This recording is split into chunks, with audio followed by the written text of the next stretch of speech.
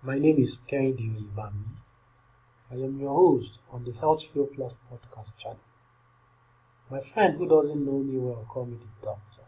However, I'm not a doctor. I'm just a young man who is concerned about your well-being.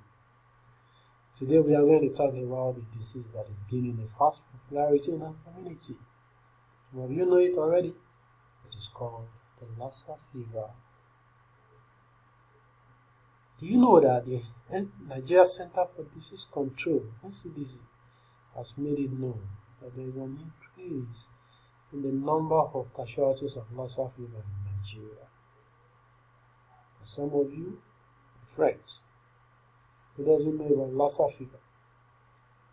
Lassa fever is a disease that is similar to that regular malaria, but it is not malaria. It is similar because they show the same symptoms at the initial stage. But as the days goes by, the difference becomes clear from the additional symptoms that the disease, the Lassa fever, manifests in the system of the infected person. Remember, my friend, malaria starts with fever, general body weakness, and body aches, and so also Lassa fever. The difference becomes clearer after 3 to 4 days of infection, when severe symptoms of bloody diarrhea, bloody cough, abdominal pains, muscle pains, and all sorts of start manifesting. These are the signs of Lassa fever infection. The source of this Lassa fever has been traced to a certain rat known as the multi-marmot rat.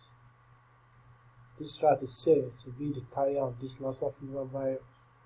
Nevertheless, the species of rat is not the only one who can transmit this virus.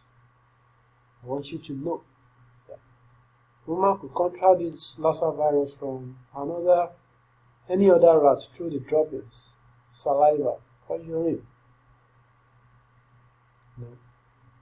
Although there is no known treatment for this disease, but the good news is that it is not a death sentence. But early detection is the guaranteed lifesaver. Let me share with you an experience that I had recently from the visitation that I had to the Lassa fever isolation center. Please know that it is not recommended for anyone who is not a designated health worker to visit an isolation center because there is a high rate of human-to-human transmission that has been recorded in the past few weeks. Anyway, I got the history of 5 people who have contracted the virus. 3 of them are critically ill, while 2 of them are responding to treatment. All the terminally ill 3 did not seek for an urgent medical attention after they contracted the virus, while the other 2 took a swift action to report themselves for treatment. The 2 people who are responding to treatment are medical personnel who had contracted the virus from the patients they were treating, while the other 3 got infected through contact with rats. They got contact with rats through exposing their food to rat accessibility, and some took pleasure in rat delicacy, my friend. These are just few people who could serve as a model for us. Remember, many have died, and thousands are still critically sick across the nation. This is my admonition to you. I have decided not to keep silent on this issue until we win the war against Lassa fever together. As you join me in the fight against Lassa fever, I invite you to regularly clean your environment to avoid any contact with rats. Take responsibility by keeping all your food in a rat-proof container, and then report any case of that is associated with the symptoms that were mentioned before now. Please protect yourself and your loved ones against the common enemy.